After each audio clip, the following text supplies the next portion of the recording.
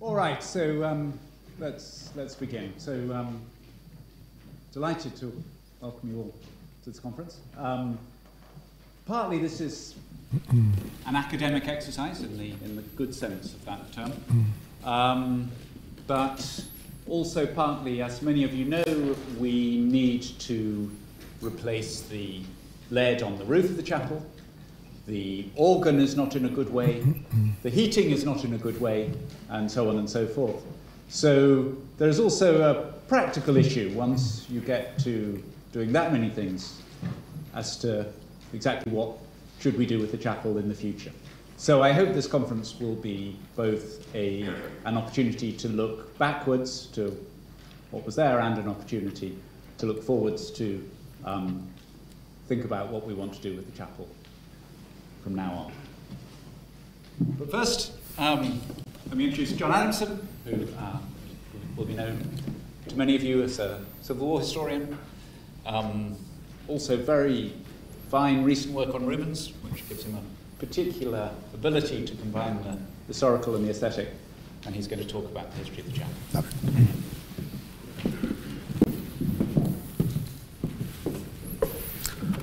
Well, first may I say how grateful I am to the Master and Fellows for this signal honour in being invited to give the opening talk in this important discussion. This paper emerges from a larger research project on the relationship between the court and university politics in early Stuart England. Historical research is, happily, a collegial affair, and I would like to acknowledge at the outset the contributions of my colleagues David Scott, Scott Mandelbrot, David Watkin and Joost Kahn, whose patience I have tried with my questions and whose own researchers have illuminated so many aspects of the extraordinary building that we will be discussing over the next 2 days. In particular, I would like to acknowledge the support this project has received from my former pupil, Mark Slater, whose generosity has not only enabled Peterhouse to acquire a fine portrait of Christopher Wren Sr., of whom more later, but who has funded the first systematic survey of the college's archives relating to the chapel and the preliminary scientific investigation of its internal paintwork. This paper has 3 simple objectives.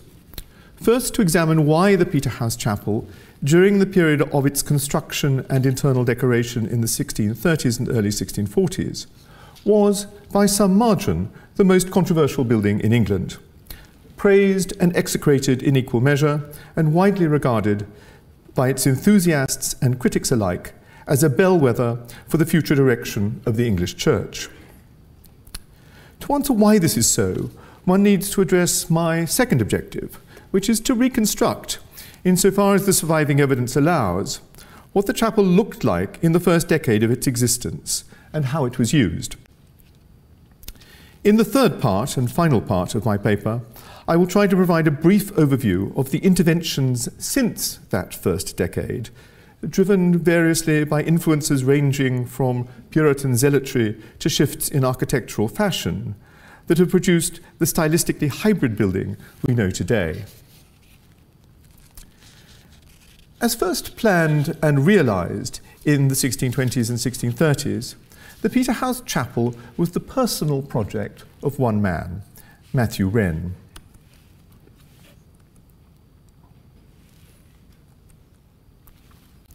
Master of the college from Michaelmas 1625 to January 1635, and then visitor of the college as Bishop of Ely from April 1638 until his imprisonment in the Tower of London in the autumn of 1641.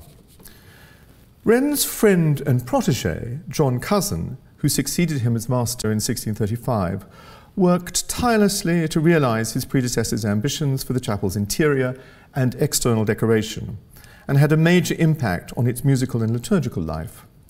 But it was Wren who was the project's originator, Wren, not Cousin, with whom major donors, like Luke Skippen, who gave the east window in 1638, sought to win favour by their giving, and Wren who took most of the blame when his chapel came under attack in 1641.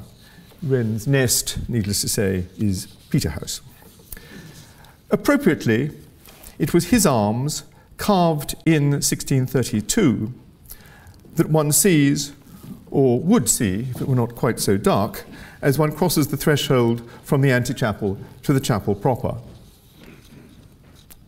Born in 1585, Matthew Wren was the son of a moderately prosperous London tradesman, Francis Wren, a painter-stainer, an all-round artisan who would paint anything from portraits to stage scenery and heraldic escutcheons for use in funerals, who lived and worked from his shop in Cheapside. This is where Wren is brought up. Matthew, like his younger brother Christopher, father of the architect Sir Christopher Wren, spent his childhood surrounded by paints, frames and canvases, and the engravings that often provided the templates for designs that their father was employed to realise in oils. Educated at Pembroke College, Cambridge, where he became a fellow in 1605, Wren spent his life to the age of 37 as a conventional scholar in holy orders, combining his collegiate duties with service as domestic chaplain from 1615 to Lancelot Andrews, who had been Master of Pembroke at the time of Wren's admission. Andrews, an incisive and original theological thinker, became the formative spiritual and intellectual influence in Wren's life. Dean of the Chapel Royal from 1618 and Bishop of Winchester from the following year, Andrews was at the forefront of a movement within the English Church to reappraise its relationship with its pre-Reformation past, a reappraisal from which numerous controversial consequences followed. A repudiation of the Genevan Calvinism that had been the dominant theology of the English Church from the time of the Armada to the 1620s, a conviction that the first generation of reformers had gone far too far in prioritising the word and preaching over sacrament and ceremony. And in purging ceremonies and symbols, there had been left a diminished space for the sacred in public and religious life. Wren's younger brother, Christopher, the portrait that was kindly given to us by Mark Slater, who followed him into Andrews's household in 1620, was part of a generation captivated by these avant-garde theological ideas. There is a sense in which the chapel Matthew Wren began planning for Peterhouse in 1627, the year after Andrews's death, is a homage to his former mentor's liturgical and theological ideas. As we will see, the arrangements of the liturgical space in Andrews's chapel at Winchester House, Southwark, were to be almost exactly replicated in the new Peterhouse chapel. Just to orientate you, that's now Southwark Cathedral. Winchester House was here, absolutely at the centre of metropolitan life. Wren lived there for 5 years in the early 1620s. Matthew Wren may have remained in the genial obscurity of his Cambridge college, but for an event in March 1623, which changed the entire trajectory of his career. The heir to the throne, Prince Charles, was then in Madrid with the Duke of Buckingham, engaged in an attempt to effect a complete reversal of English foreign policy since the days of Elizabeth. A diplomatic alliance with Habsburg Spain to be secured by a marriage alliance between the prince and the sister of the Spanish king, Philip IV. Charles's father, James I, had sent 2 chaplains to attend the prince during his Spanish stay, nominating, on Andrews's recommendation, Leonard Moore, the current master of Peterhouse, and Matthew Wren, its future master. The appointment was transformative of Wren's career. In the event, he was the only chaplain to arrive in Madrid. Leonard Moore, the master, fell off his donkey just after arriving in Santander and had to go back hurt. And for the next 6 months, Matthew Wren was in daily attendance on the 23-year-old Prince Charles. The experience was the foundation of a close rapport between the two men, which over the next 2 decades produced a cascade of royal bounty, beginning with Wren's appointment as Master of Peterhouse by royal mandate in 1625, within months of the prince's accession to the throne. Thereafter, Wren pursued 2 parallel careers, one as scholar-cleric, as Master of Peterhouse, and from 1635, successively Bishop of Hereford, Norwich, and Ely. And the second and simultaneous career was as a courtier, a regular presence in the privy lodgings at Whitehall and Windsor, chaplain in ordinary to the King from 1625, Dean of Windsor and Register of the Order of the Garter from 1628, Clerk of the Closet, that is to say the person who actually controlled the King's private chapel in the royal palaces from 1633, and then finally the most important position in the whole of the household on its religious side, Dean of the Chapel Royal from 1636. No English cleric, not even lord, enjoyed such extensive personal access to the King over the entire pre-Civil War reign. A woodcut of 1641 gives a hostile but not necessarily inaccurate impression of Wren's powerful influence within both church and state. And you see here Lord on the deck, but the person with his hand on the tiller, a rather satanic figure beside him, is Matthew Wren.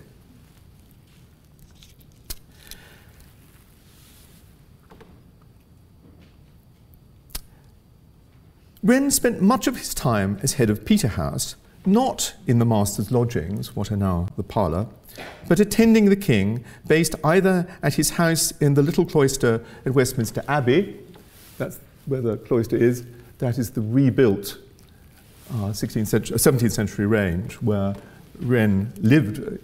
He almost ran the college by correspondence from an office there. But he also had an important apartment on the top floor of the Winchester Tower in the Tower of London.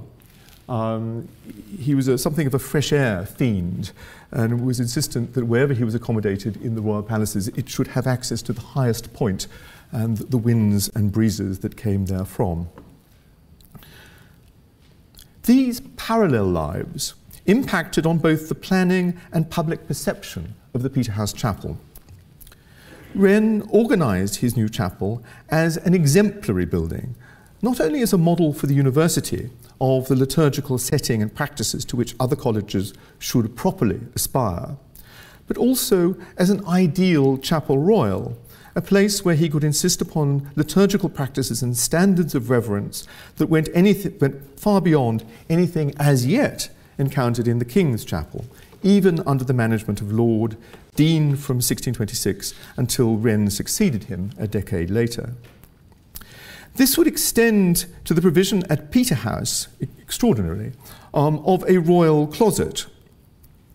Those of you unfamiliar with the term, all royal palaces, all royal palace chapels had this thing. This is the Chapel Royal at St James's Palace, obviously in the time of Queen Victoria, but that is the original Tudor closet. It's a first floor gallery. In Tudor times, it would have been glazed, as it is still at St George's, Windsor, which closet, of course, Wren knew only too well. And it was from there that the monarch heard the services at first floor level.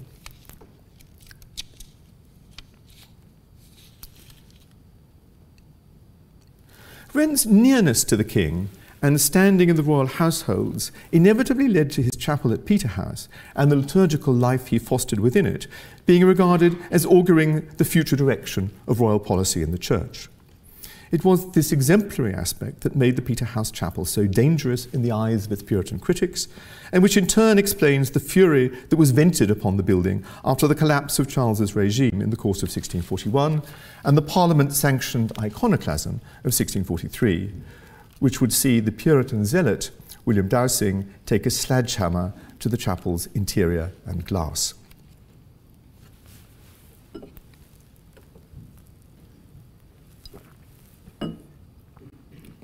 Uppermost in Wren's concerns was a desire which he shared with Andrews and Laud to re-establish the supremacy of the sacred over the secular in the religious and political life of the realm. Wren's planning for the location of his new Peterhouse chapel did this in emphatic and highly innovatory form. Until the 1620s, the chapels at Cambridge colleges had usually formed one part of a four-sided court, most often the right or left of the gate giving access to the court, and generally contiguous with the court's other ranges. In the two post-Reformation colleges, there was no formal chapel at all. Emmanuel only had a north-south facing room, a north-south aligned room, and it was wholly unconsecrated. In the new chapel, Wren flouted a series of local conventions, both medieval and modern. Wholly ignoring earlier collegiate custom, he placed his new building at the spatial centre of the college. Forgive me, this is the... that's the conventional model. Christ's with its chapel here, Trinity Hall with its chapel somewhere in there. You can't even, it's not even legible where the chapel is architecturally.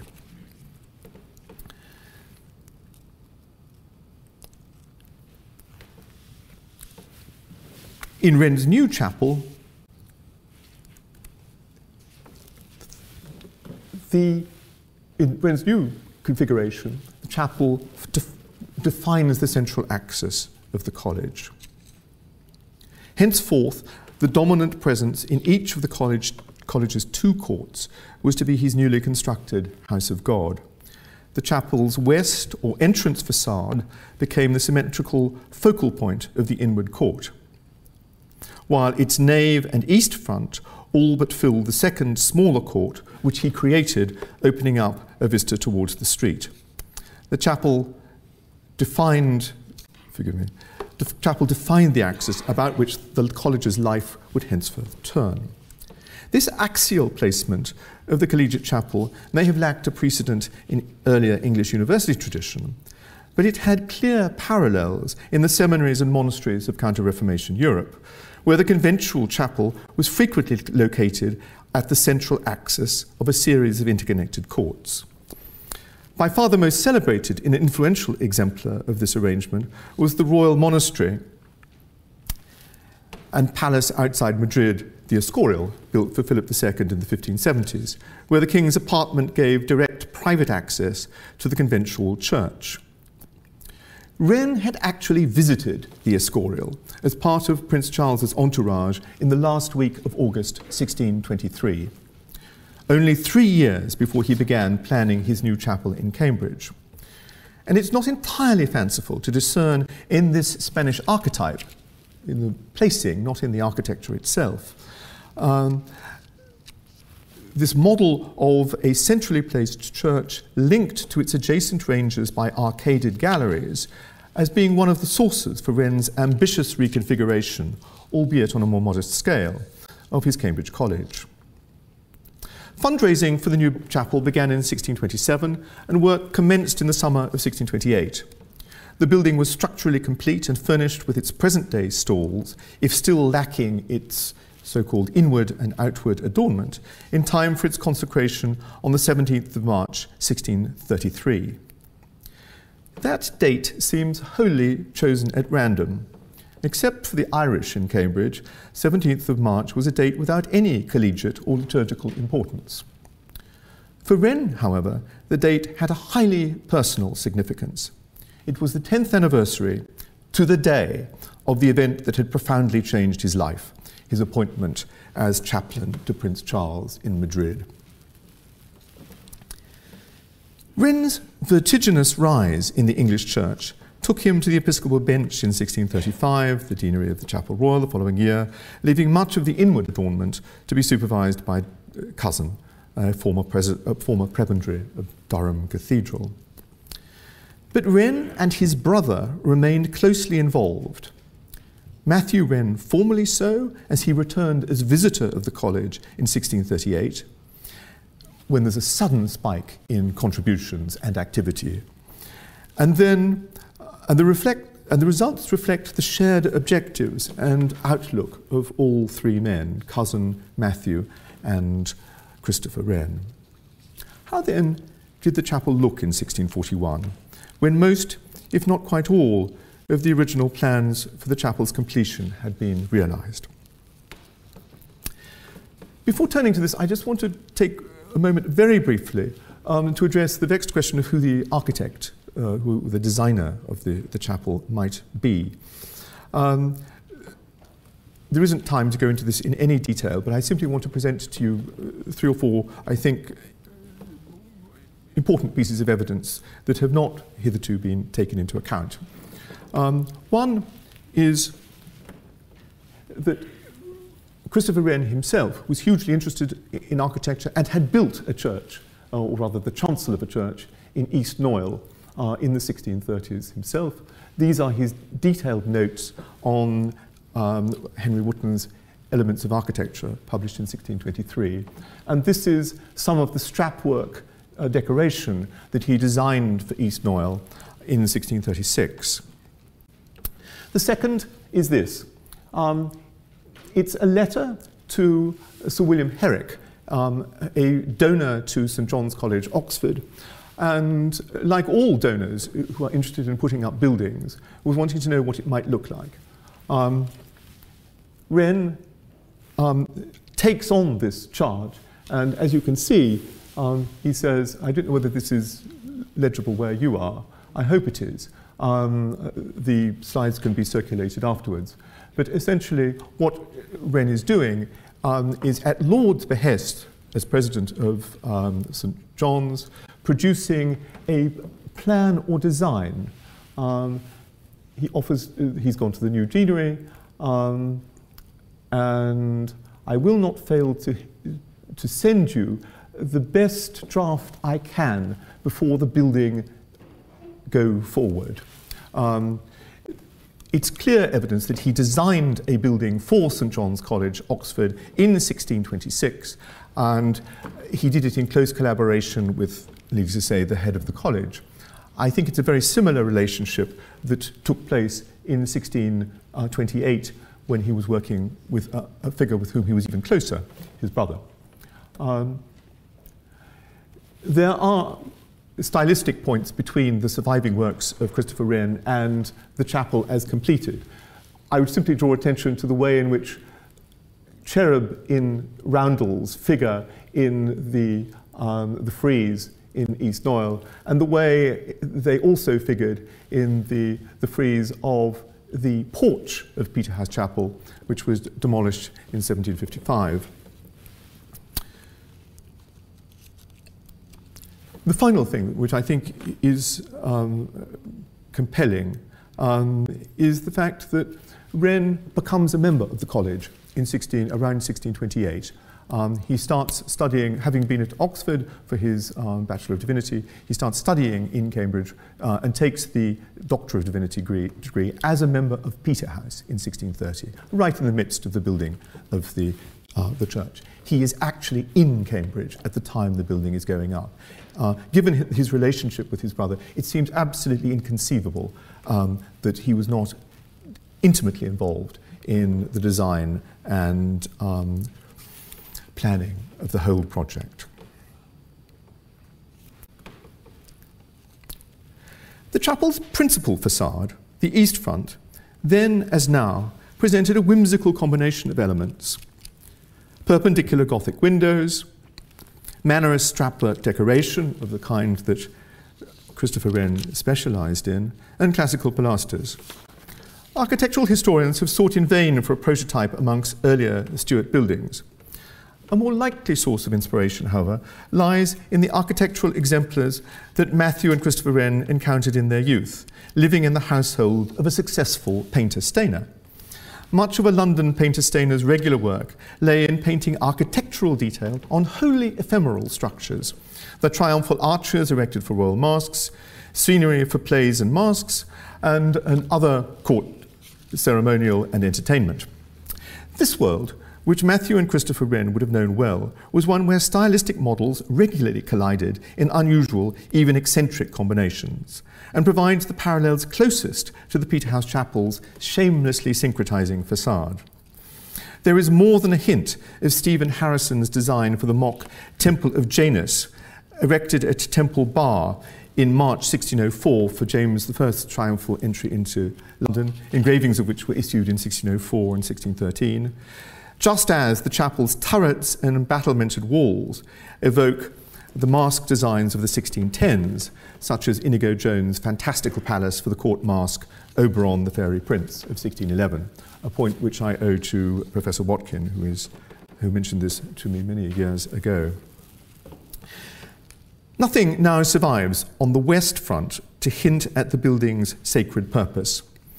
But the entablatures above the ground-level blind arcades in the Old Court side were once busy with cherubim and angels. This is the now demolished porch, angels flanking the entrance, cherubim, as we've seen in the frieze and the entablature. Nothing, excuse me.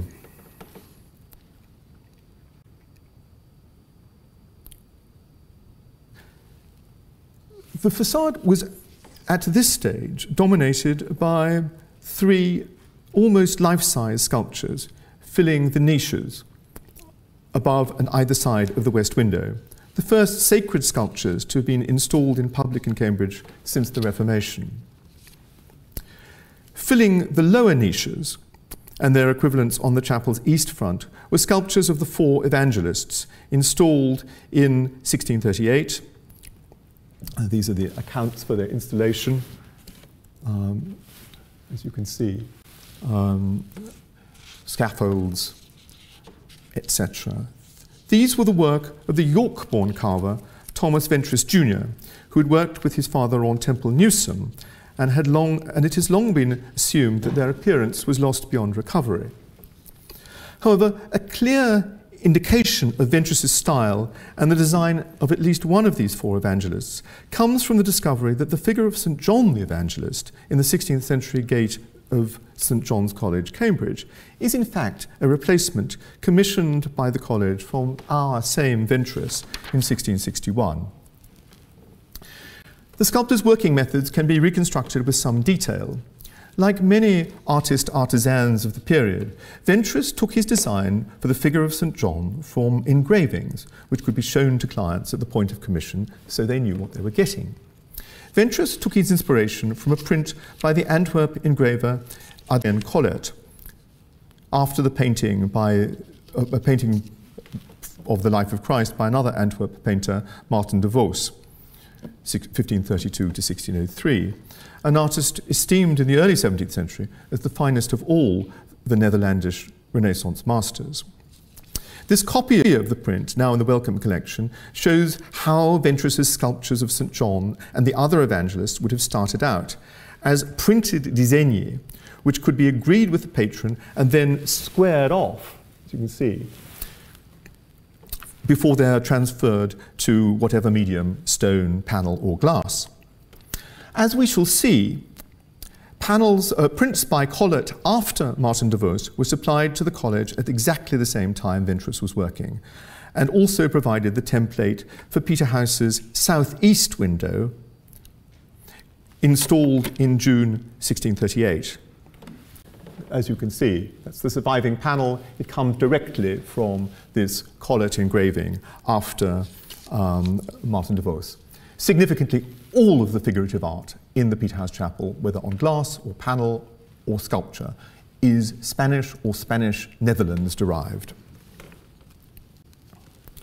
So while absolute certainty is elusive, there is a strong likelihood that Ventris's 4 evangelists for Peterhouse were created, like his later evangelists for St. John's, drawing on these Collett de Vos engravings. The iconography of the chapel's west front also affirmed Wren's controversial view that the greatest of the apostles was St. Peter. The disposition of the statues on the chapel's west front gave expression to that apostolic hierarchy by placing St. Peter literally above the evangelist and according him a far more richly canopied niche. St. Peter was here. There is something like it, which may or may not be related to it, in Gisborne Court. How this statue of St. Peter actually looked remains for the moment a matter of conjecture. But the archival sources make one aspect absolutely clear, that this statue, like every other work of art associated with the chapel, was ultimately derived from engravings. The chapel accounts for the autumn of 1632, when the finishing touches were being put to the facade, record the purchase of 2 carved, that is to say engraved prints, with the college's arms on the one and St. Peter's picture on the other.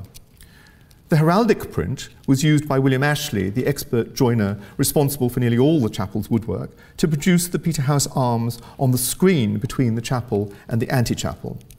If, as seems likely, the St. Peter print was also derived from a collet engraving after De Vos, it looked like this.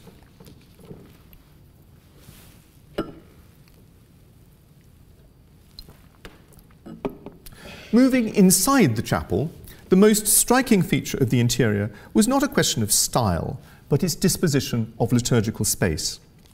As in Andrews's chapel, the antechapel constitutes just under a third of the total floor space. And what is significant about this drawing of Andrews's chapel, it is by Christopher Wren Sr. It was later supplied in a copy for Laud for the organisation of his own chapel, but the likely reason for its first drafting is as a template for Peterhouse. And as you can see, there is a strong correlation between the size of antechapel, size of nave, and enormous chancel that corresponds in the two plans.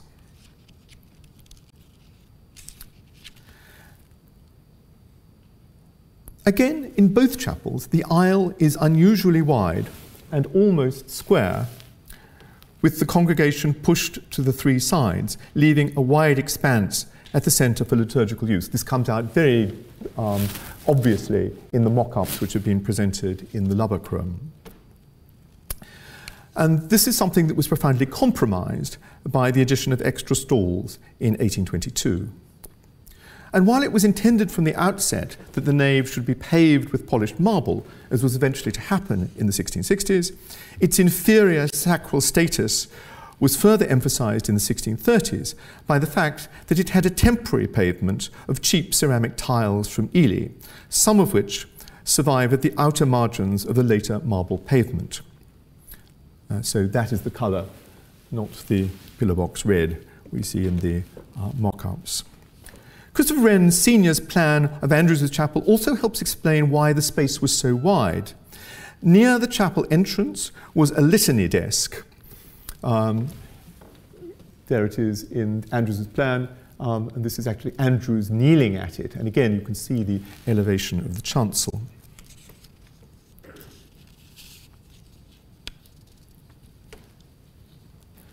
In addition to the litany desk, there was, which we know was replicated in the Peterhouse chapel. It's the second item on that particular list of accounts. And this is where the celebrant would kneel directly in front of the altar after 1638, directly in front of the crucifix, while the choir sang the litany, a sample of which we will actually hear this evening. The other aspect of it was that I think it gives some idea of where the choir actually sat. In Wren's drawing of Andrews's chapel, the choir was located immediately before the chancel, sitting on three sides of a music table. That gives you a clear sense of the way in which the choir was organised, and for which, of course, you needed this massive expanse of nave. The nave of the chapel now presents an austere appearance of dark-stained oak stalls, whitewashed walls, and a predominantly dark brown ceiling. In the late 1630s, however, the nave was aglow with colourful and brightly sophisticated paint finishes and the extensive use of gold leaf. Here, archival research has been supplemented by scientific study, including microscopic analysis of the chapel's paint layers. The need to investigate leaks at the east end of the chapel roof in 2009 required the erection of an internal scaffold that gave access to the ceiling and entablatures and provided a rare opportunity for a systematic investigation of the building's paint history. The German expert in historic paints, Elsbeth Geldhoff, was commissioned to provide an analysis. Samples were taken from the ceiling, its sunburst decoration, the entablatures, and the brackets which sustain the roof beams. The results are a revelation. As completed in 1638, the chapel's ceiling, Geldhoff noted, had an extremely colourful appearance. The timber of the ceiling, now dark brown in colour, was originally treated with a much lighter finish, I quote, a thin brown semi-transparent distemper layer, which enriched without substantially darkening the colour of the original oak. The mouldings around the ceiling panels had, again I quote, details picked out in black, brown and gold, with the outer surround possibly painted red. Most striking of all, the sunburst motifs had a red oval with an outer moulding of gold. The rays themselves were in gold, possibly with silver leaf and a glaze. No paint analysis has yet been possible of the sunburst motifs over the nave, but there is a strong possibility that these too have gilding concealed beneath their current coating of dark brown paint. No fixings were found in 2009 at the centre of the sunbursts, here, as you see, that would give any evidence of there having been cherub heads at their centre, as there were in the near contemporaneous interior at Keys. But that's simply because the current ceiling timbers at the nave end and at the chancel end are 19th century replacements, most likely installed during the refurbishments of the roof in 1854 and 5. During that 1850s phase of repair, the surviving sunburst decorations were detached from the original ceiling timbers and reapplied to their replacements. Further samples need to be taken of the sunbursts over the nave, but there is a strong likelihood, to put it no stronger, that all the original ceiling panels were treated in the same way, as in Keys, with richly gilded and silver-leafed sunbursts surrounding gilded cherub heads set against either a light brown or red background oval. The brackets supporting the roof beams were also originally much brighter than their current state. Microscopic analysis of their paint layers reveals that large elements of these were painted with a subtle series of pale yellows and greys to give an effect of faux marble or stonework, with the decorative elements heightened with gold leaf. Geldhoff's investigations of the roof beams of the chapel's west also revealed a, I quote, grey layer visible under the present dark brown. So it's possible that this stone colour or faux marbling originally extended to the full lengths of the beams. Huge sums were allocated in the 1630s to these wall decorations. £180 by the summer of 1638, 9 times the cost of the chapel plate, with further sums allocated for their completion. Much of the cost was incurred to achieve highly nuanced paint effects over large areas of the chapel's interior, applied by the prominent London painter stainer, Richard Knuckles. The two surviving examples of the effects Knuckles could achieve in emulating marble are the two frames that adorn the antechapel, intended for memorial inscriptions. But Geldhoff advises that the surface finish of these may be discoloured, likely darkened. One gets a clearer impression of the relative brightness of these original finishes in Peterhouse from the painting of the new font commissioned for nearby St. Botolph's Church in 1638, which was painted by Philip Bliss, a resident of the parish who worked as the assistant to Knuckles on the painting of Peterhouse Chapel. The sophistication of these paint techniques and the brightness of their overall effect extended to the frames or cartouches that entirely filled the space between the windows. These frames extended from the tops of the stalls to the brackets that sustain the roof beams. Richly carved, they were ornamented with foliate decoration to the sides, cartouches below, and surmounted by a dentiled cornice that supported scrollwork either side of yet another large cartouche. They are clearly visible in the 1815 engraving after Augustus Charles Pugin and survived intact until their removal was ordered by the governing body in July 1822. From the early 18th century until 1822, these highly ornamented frames contained sentences, short extracts from scriptures and creeds lettered in gold.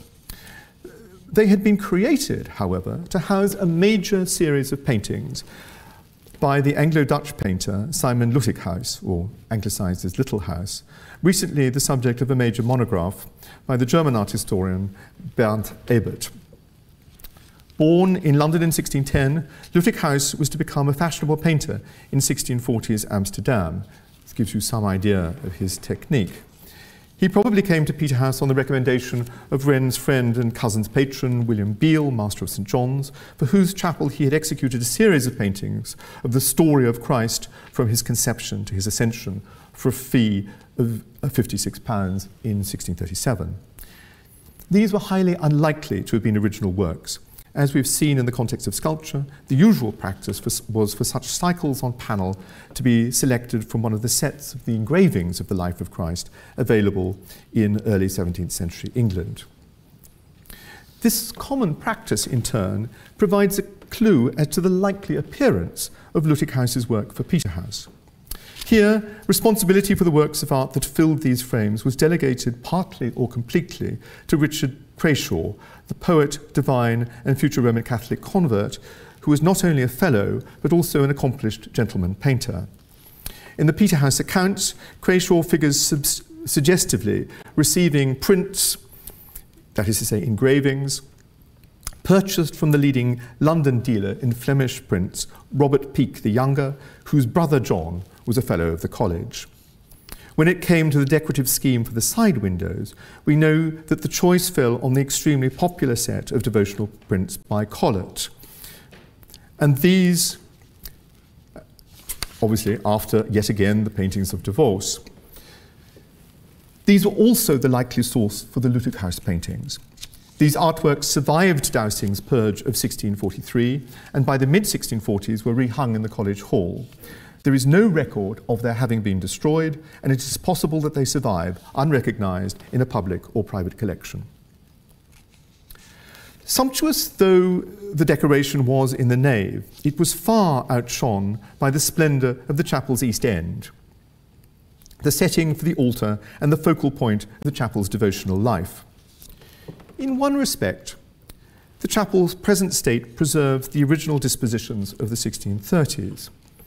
This area was, and remains, sharply differentiated from the nave by its ascent of 3 polished marble steps running the full width of the building, yet another feature copied from Andrews's chapel. You see the model for Andrew's altar area there. Wren and Cousin also tellingly employed Andrews's terminology, referring to this area not with the English word chancel, but using the Latin term septum. You see these references. I'm sorry it's so dim, but they are there in the college accounts regularly. It's a highly distinctive term. The Latin term appears only once in the entire Vulgate Bible, in the 4th book of Kings, and then tellingly, the reference to the most sacred space within Solomon's temple, unauthorized entry to which was punishable by death.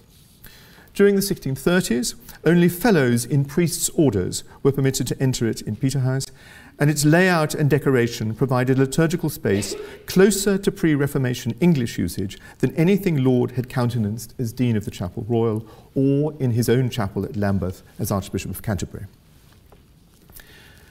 The separation between the chapel's lay and priestly zones was further emphasised by a low screen, which doubled as the communion rail, that probably ran the full length of the top step, as it did in Andrews's chapel, and as Matthew Wren was to replicate as Dean of the Chapel Royal before the altar at Hampton Court in 1637.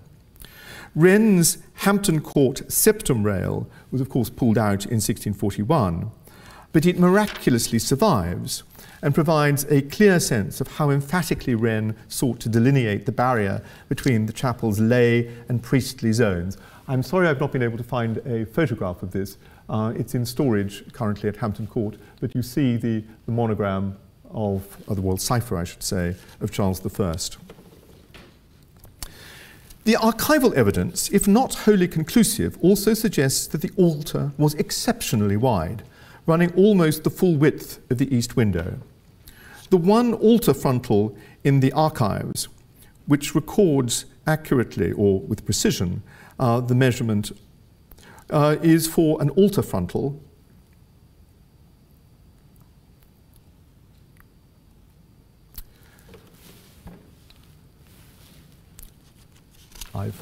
enlarge the text which appears above. It's for an altar frontal which was 4 yards wide, 4 yards the length, of crimson velvet bordered with a base of gold fringe. This suggests an altar only slightly smaller than Andrews's altar at Winchester House, which Christopher Wren carefully measured at 4 3/4 yards wide, and was of dimensions only encountered elsewhere in the great cathedrals. Much speculation has been devoted to the appearance of this altar and to the location of 2 mighty great angels with wings, removed by Dowsing in 1643, which several historians have logically associated with it. One suggestion has been that it was an altar after medieval fashion with angel-topped riddle posts, a proposal that would fit with the chapel's other structural gestures to the medieval past. A more promising clue as to the altar's appearance and location of the two great angels comes from a summary Cousin drew up at some point over the summer vacation in 1638, listing the decorative elements already completed in the chapel and those which were still planned. His wish list included a marble frontispicium altaris, a marble frontispiece, or reredos, to fill the east wall between the top of the altar and the sill of the east window. This marble reredos failed to attract a donor, hence, as a short-term measure, the college commissioned a frontispiece of wood in the autumn of 1638, a significant moment, as it was, of course, the moment when Thomas Ventris, the sculptor, was actively engaged in the decoration of the chapel, including carving the organ case. Such frontispieces were so named because, like almost every other artistic embellishment of the chapel, they were derived from engravings, specifically from the pedimented designs that frequently adorned the title pages of printed books. These printed frontispieces illuminate how 2 mighty great angels with wings of the sort that Dowsing found so idolatrous could have been integrated into the wooden frontispiece created for the chapel in 1638. It must be said that these angels are slightly mightier than the ones on the right.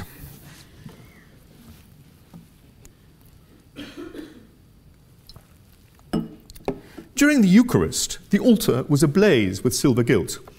Matthew Wren himself presented the 2 great candelabra, as they were termed in the accounts, of silver gilt that stood at either end of the altar. His brother Christopher was the principal donor of the communion plate of chalice and paten, ewer and basin. These were the work of the Utrecht-born goldsmith Christian van Vianen, nicknamed the Nuremberger for his previous place of employment, who had established his workshop in Westminster in 1630. This atelier rapidly became the largest and most fashionable of all of the 20 gold and silversmith businesses in London, and he was a master of repoussé work.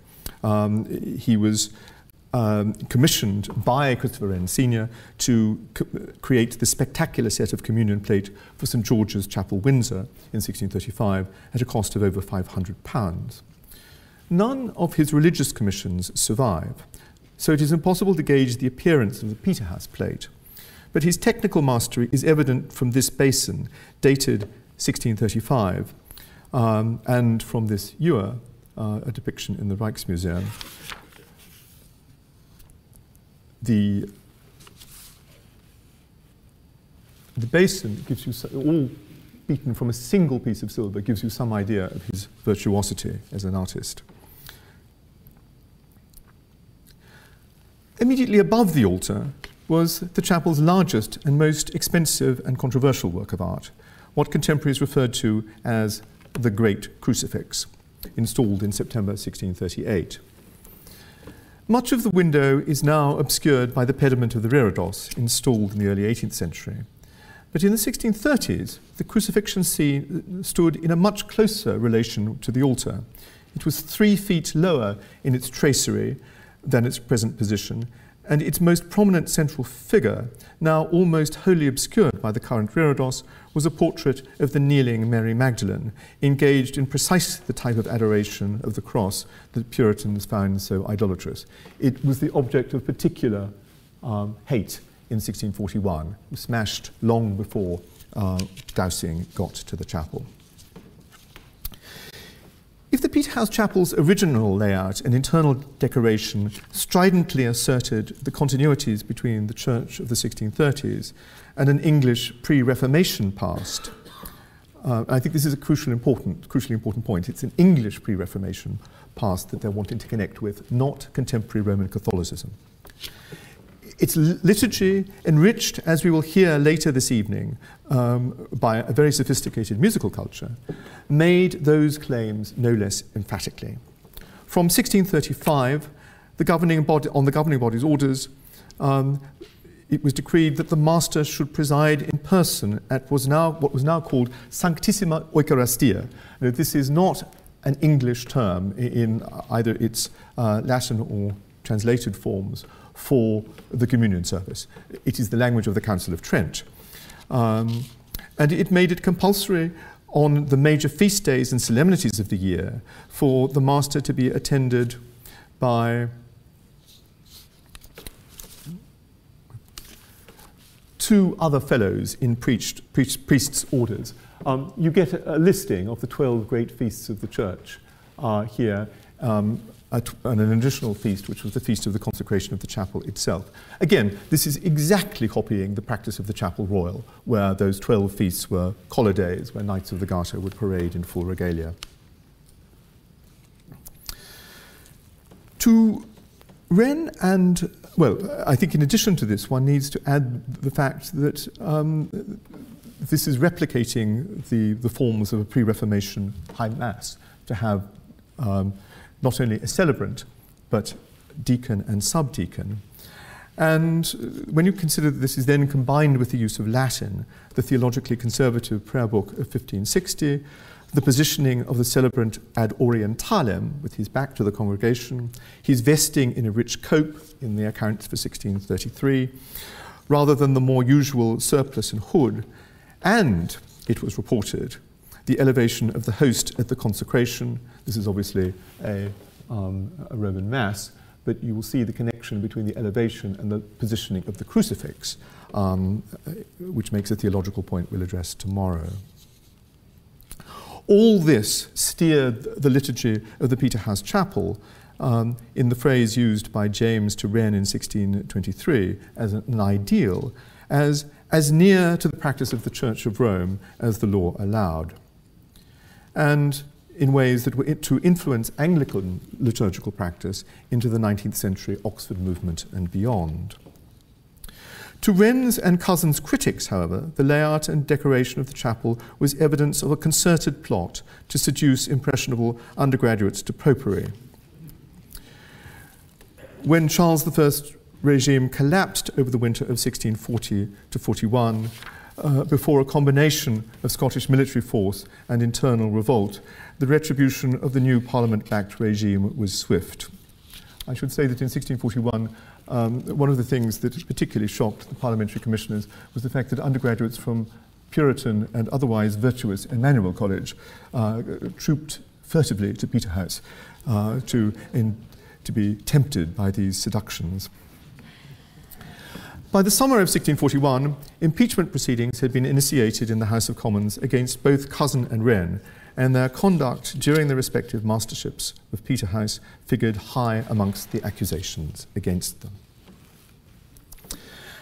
So much for the building as created by Wren and Cousin.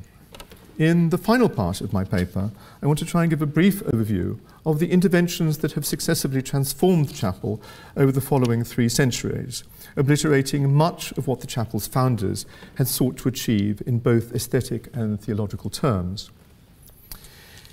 It is usually asserted that the major destructive phase wrought upon the Wren-Cousin interiors was the work of the Parliament-authorised iconoclast William Dowsing, who began his image-smashing rampage through East Anglia in December 1643. In fact, the major dismantling of the chapel's interior had happened 2 years earlier and was undertaken not by Puritan iconoclasts, but by the fellows themselves.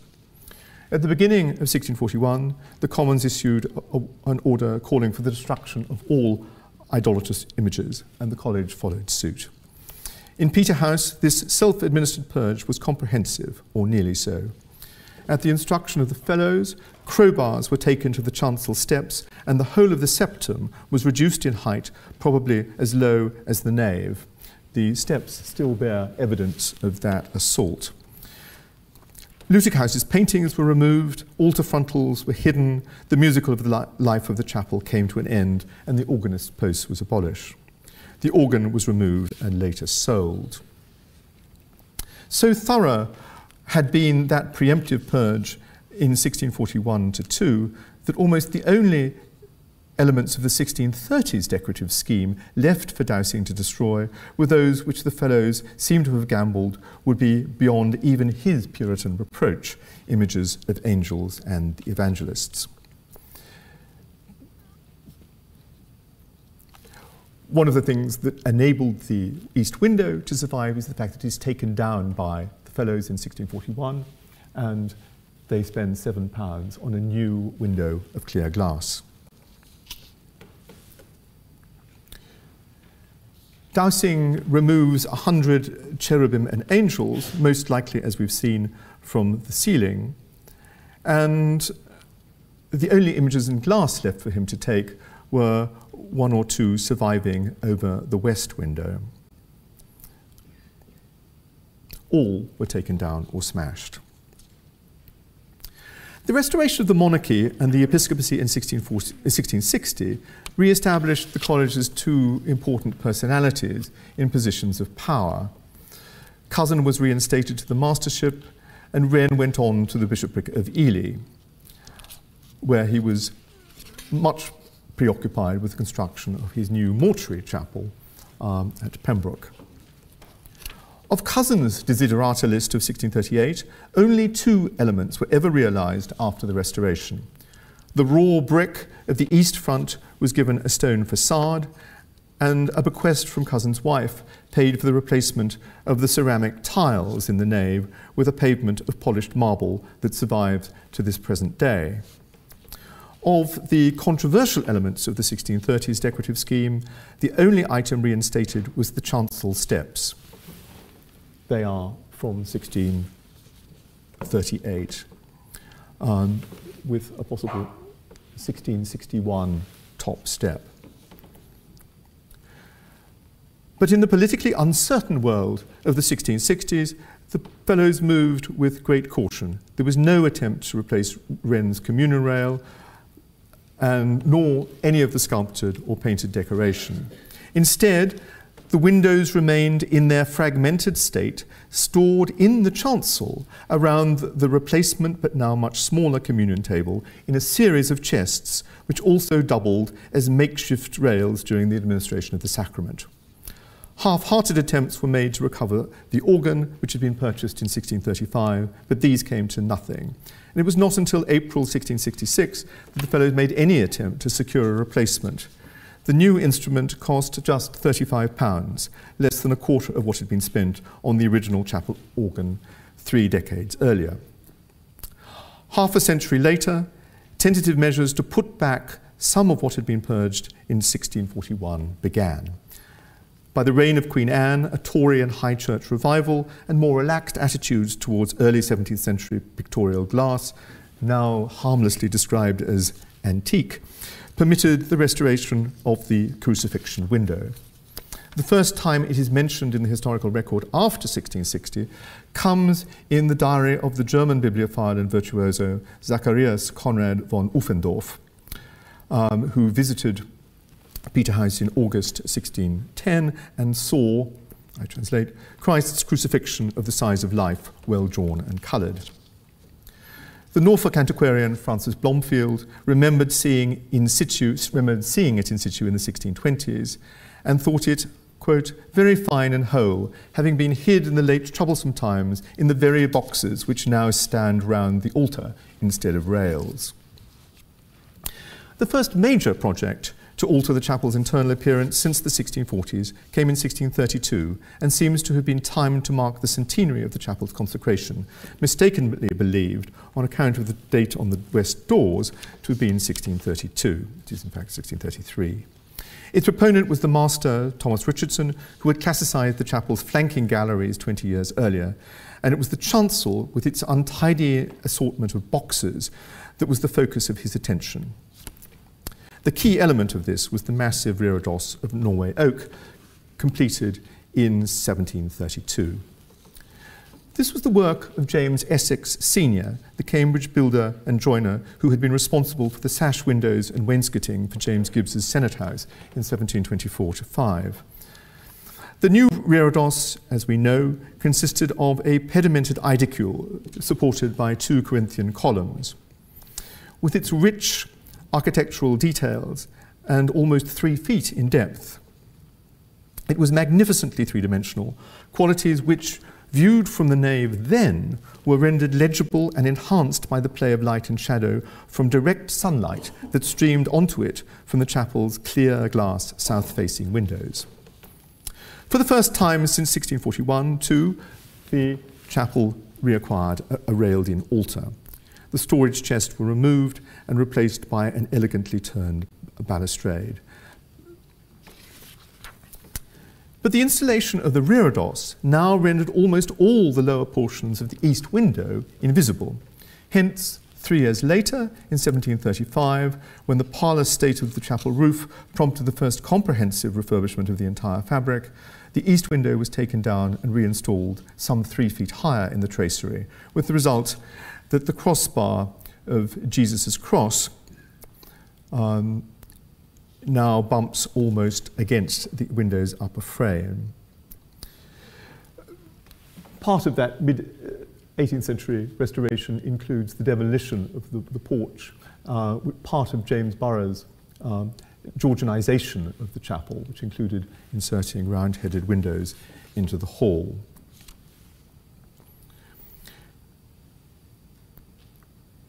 Internally, the chapel also acquired a new organ in 1765 by the Swiss-born organ builder John Snetzler, whose business was riding high after supplying George III with 2 new organs for Buckingham House in 1760. Otherwise, the chapel's 18th century interventions were largely restorative, or at least respectful, of Wren's and Cousin's original decorative scheme. Minus a number of gilded cherubs, the paintwork of the stalls, roof and walls was otherwise as it had been on the eve of the Civil War, and with its 1630s clear glass windows to north and south still intact, the chapel remained the bright and luminous space that had been known to Cousin and Wren.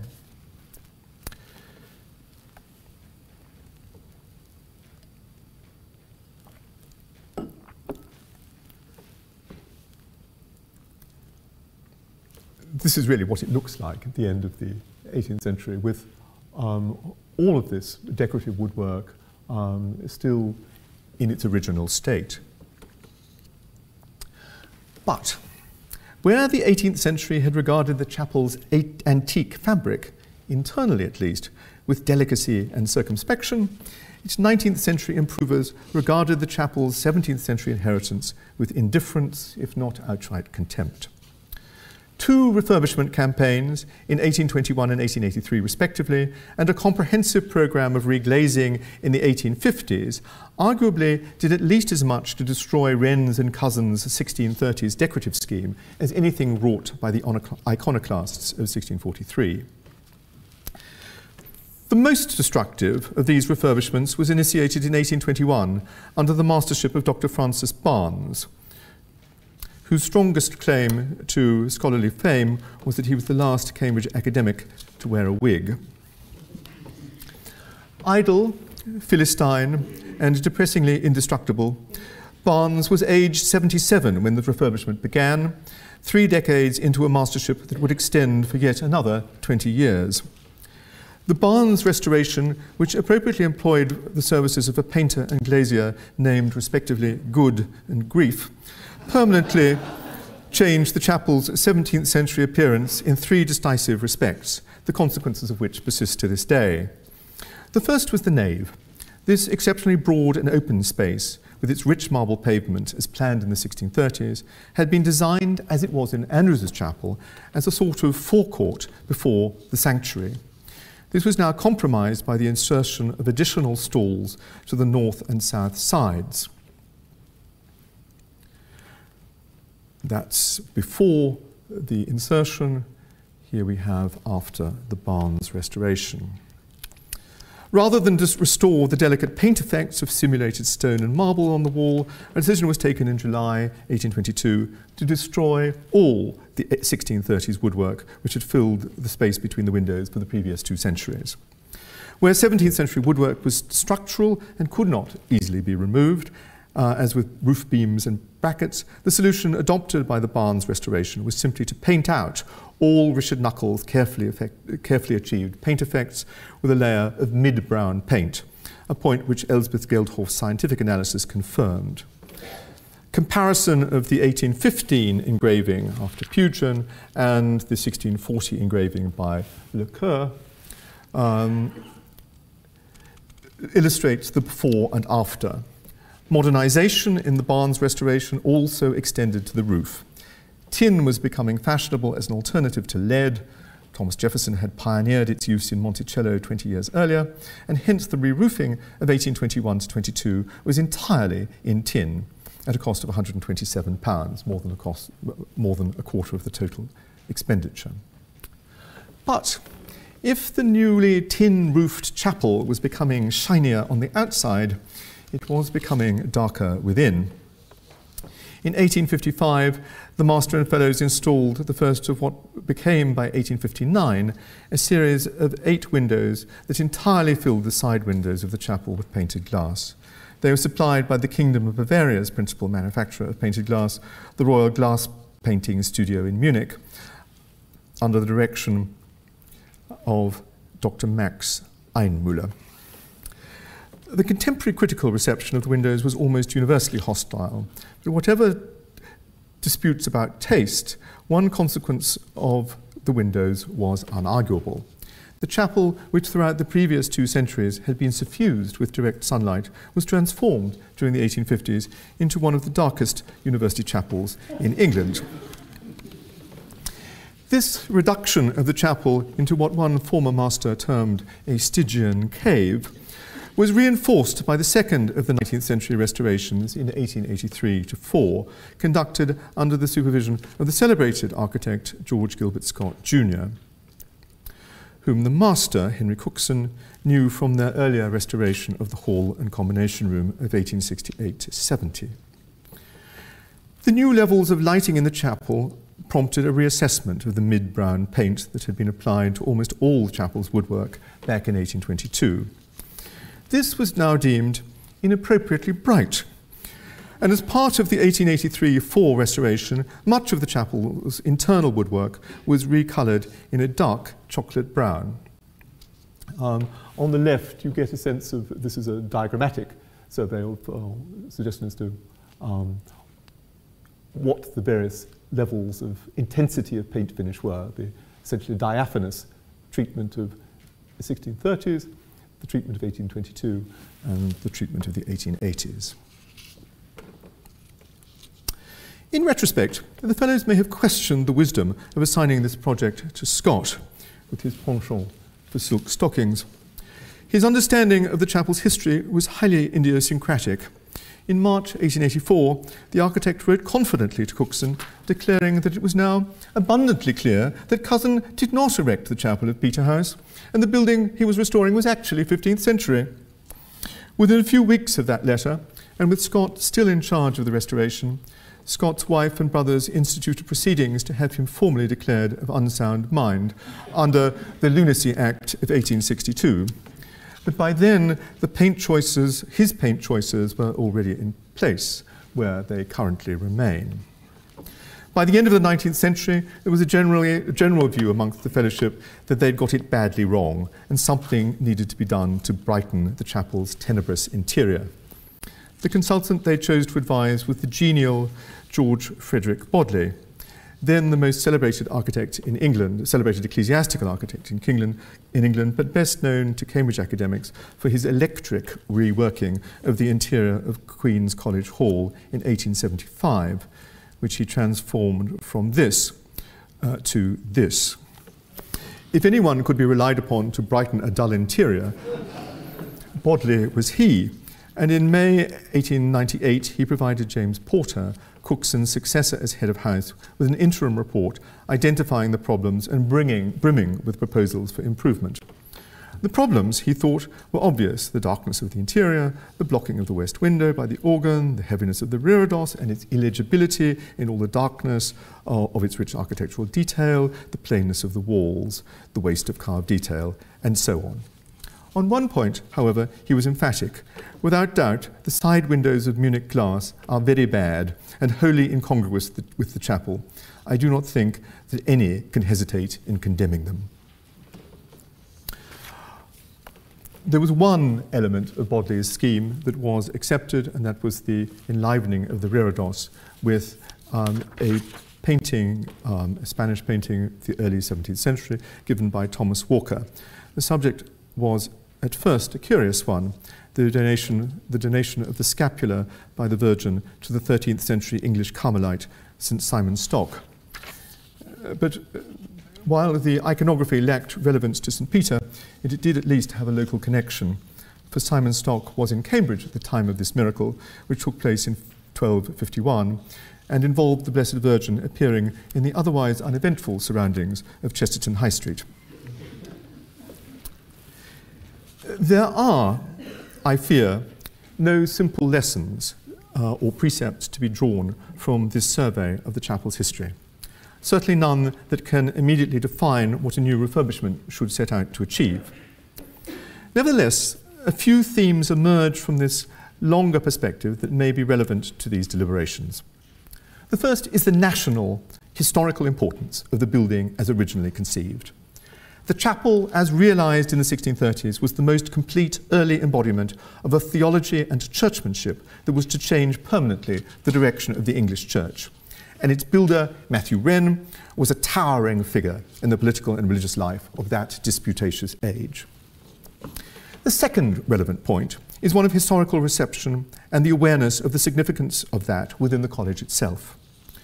Excluding the externally imposed destruction of the 1640s, one of the most striking features of the college's attitudes towards the chapel in its first 2 centuries is how the decorative scheme of the 1630s remained the principal reference point, even to the remaking of and reinstatement of features lost in the iconoclasm of 1643.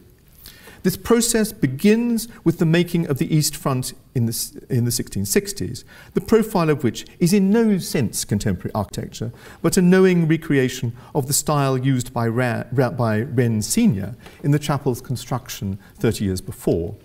It extends to the east window, which, as we shall discover tomorrow, is in large part a clever early 18th century pastiche of the window of 1638.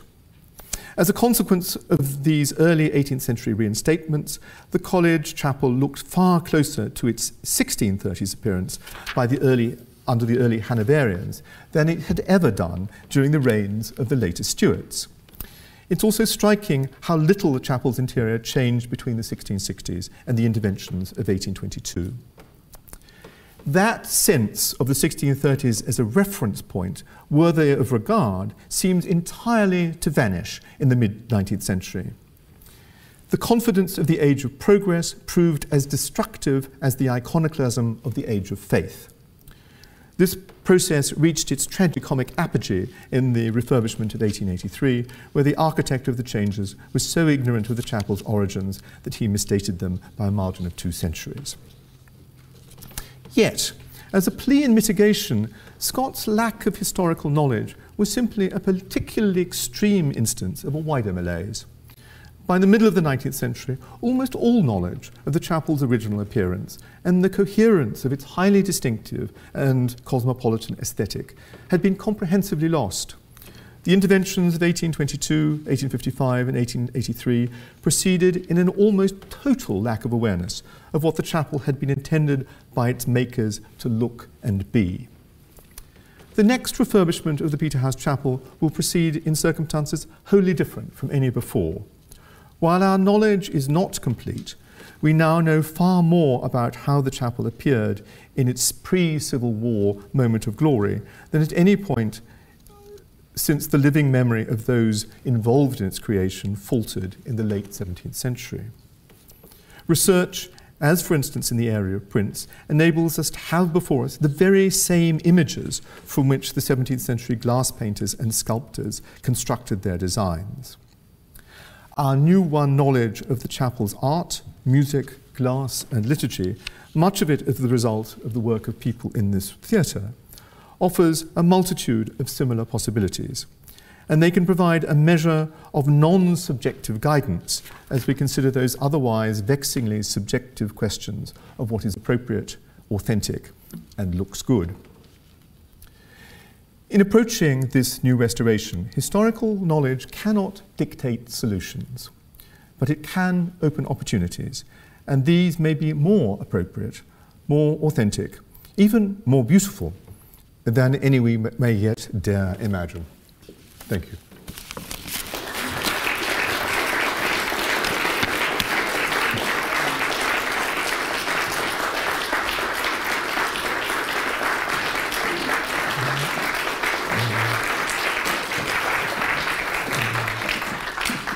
Thank you very much. I think we're running a little bit late, but we have time for just 5 minutes, just a couple of questions. So let's have a couple of questions. We'll go for coffee. John is kindly offered to be. Yes, Scott. John, I'm interested by your suggestion that Matthew Wren had in mind the layout of the Escorial in reconfiguring court at Peterhouse. And we certainly know not only visitors but other influences of the Escorial on people's work. However, I would like to ask how else you think the chapel could have been positioned without whole-scale rebuilding of the rest of the court, given what was there and given the spaces that they were bringing in to use. It's a very good point.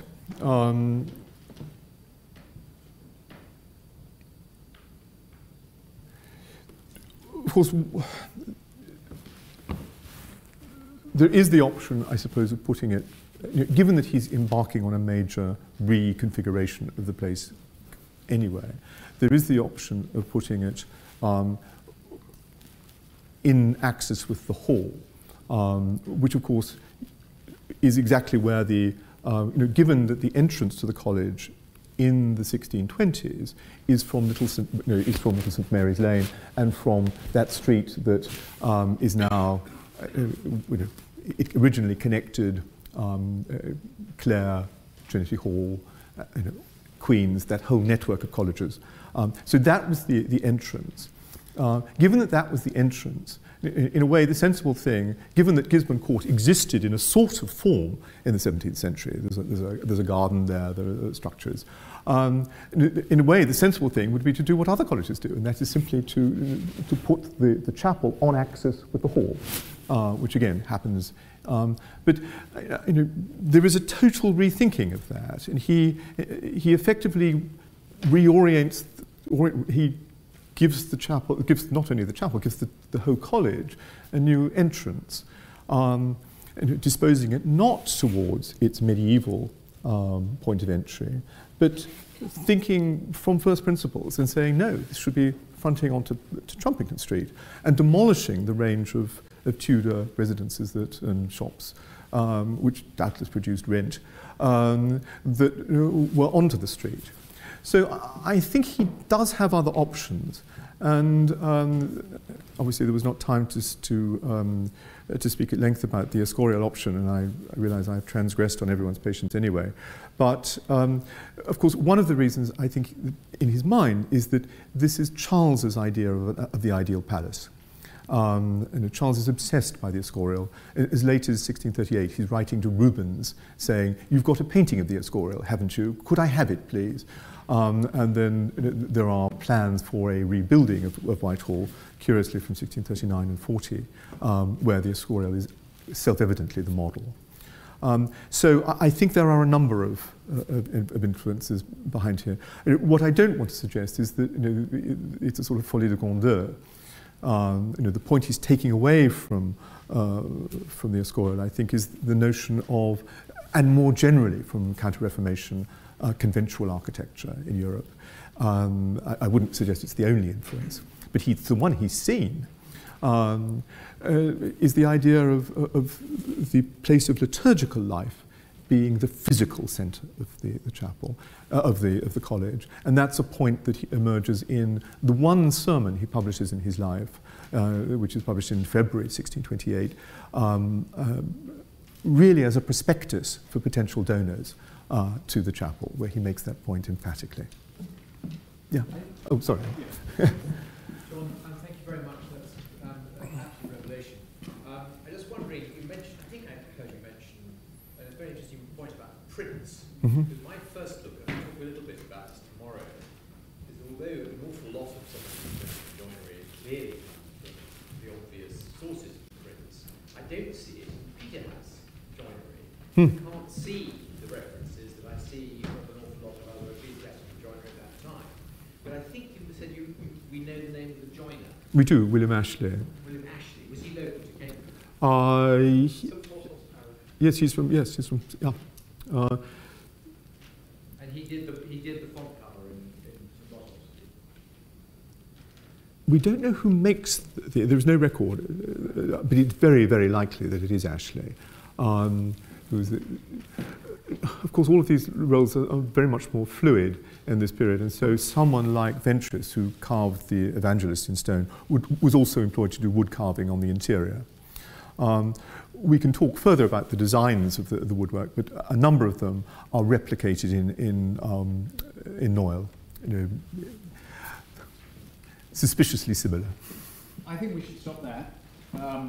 There are, as John mentioned, there are the baseline computer simulations that we are works in progress, so we'd very much like you to have a look at those. There are some of the prints, as the Pugin print and the mid-19th century print that people look at.